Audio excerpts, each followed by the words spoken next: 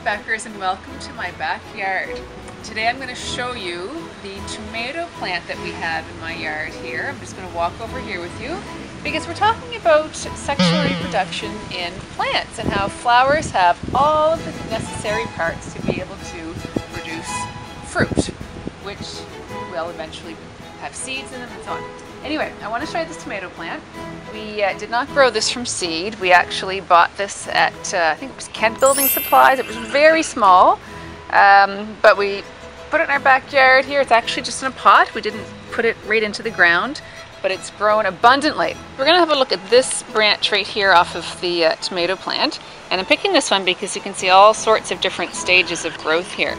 So we're going to focus first of all in on this little yellow flower. They're really small flowers, this tomato plant. But if you have a look at it, you can see the yellow petals, and then this protrusion right here would have the pistil and the stamen there, the reproductive parts. Underneath here you can see those green little projections there, those sepals. And in the midst of all that you'd have the ovule, the ovaries, the ovule, and so on. Anyway, and I don't think there's any pollen. This is kind of an old dried up flower now. I don't think you're going to see any pollen coming off of it. Anyway, but if I look at other parts here, you can see the flower. This one's just about dead. It's all shriveled up. The petals ready to go. This one even more so. And then if you zoom in to this one right here, the petals are gone, and you can see this little green bulb kind of growing in the midst of the sepals there. And that's the beginning of the tomato.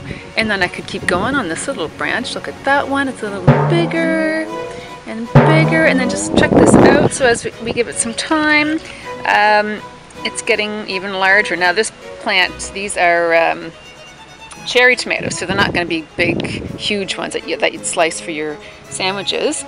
Anyway, we do have some nice ripe ones here. So let's just look around and see what I can grab.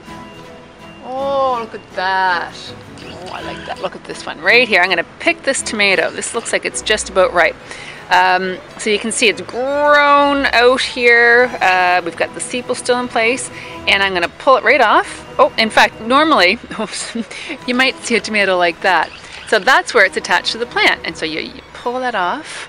And now I'm just going to do the right thing here. And I have a little bowl with some water in it, and I'm going to give it a little wash here because you never know what bugs have been flying around or pooping on it or whatever. Whoa, I lost my napkin. It's okay. I'm going to give it a wipe here. Now I'd eat the whole thing in one bite, but I just want to open it up and let you guys see the seeds. Excuse me. Okay.